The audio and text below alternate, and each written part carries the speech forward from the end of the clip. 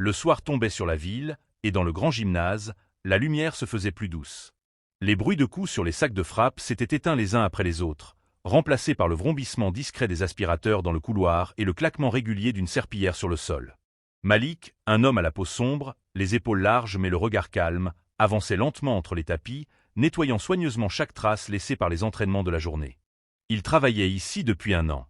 La plupart des membres du club ne savaient presque rien de lui. Il se contentait de saluer poliment, de sourire et de se remettre à sa tâche. À l'autre bout de la salle, Adrien terminait ses étirements.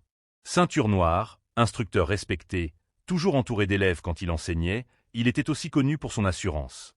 Ce soir-là, il restait encore un peu d'énergie dans ses muscles et, peut-être un brin de curiosité.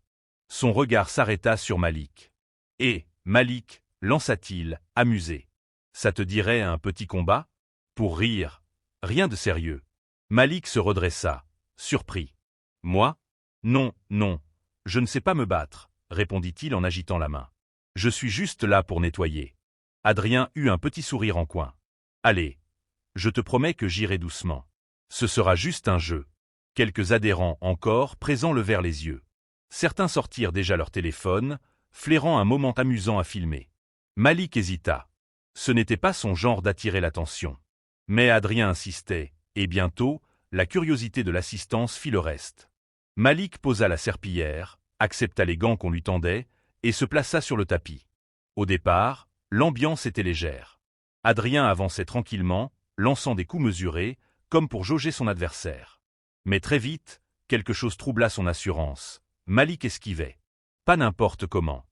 Pas comme quelqu'un qui se débat au hasard. Non, avec une précision chirurgicale.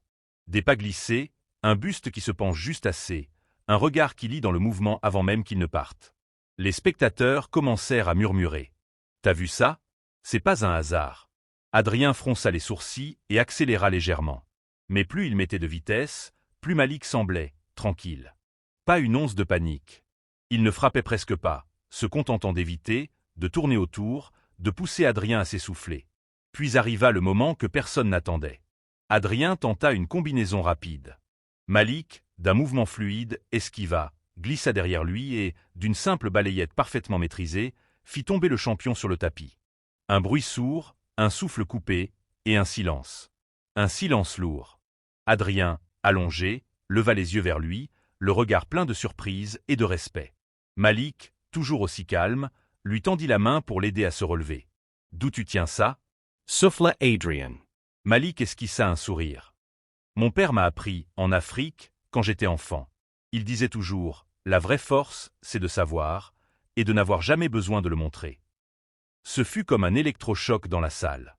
Tous ceux qui avaient ri au début, pensant assister à un petit jeu, restaient immobiles, le regard fixé sur Malik. Ils comprenaient soudain que cet homme discret, qu'ils croisaient chaque jour sans vraiment le voir, portait en lui une discipline, un héritage et une force silencieuse que personne n'avait soupçonné. Adrien posa une main sur son épaule. « Respect, frère. T'es plus qu'un agent d'entretien. Bien plus. » Et ce soir-là, chacun repartit avec une leçon brûlante dans le cœur. Ne jamais juger quelqu'un à ce qu'il montre. Derrière les mains calleuses et les tâches ordinaires, il peut y avoir un guerrier. Et cette vérité, une fois que tu la vis, elle change à jamais ta façon de regarder les autres.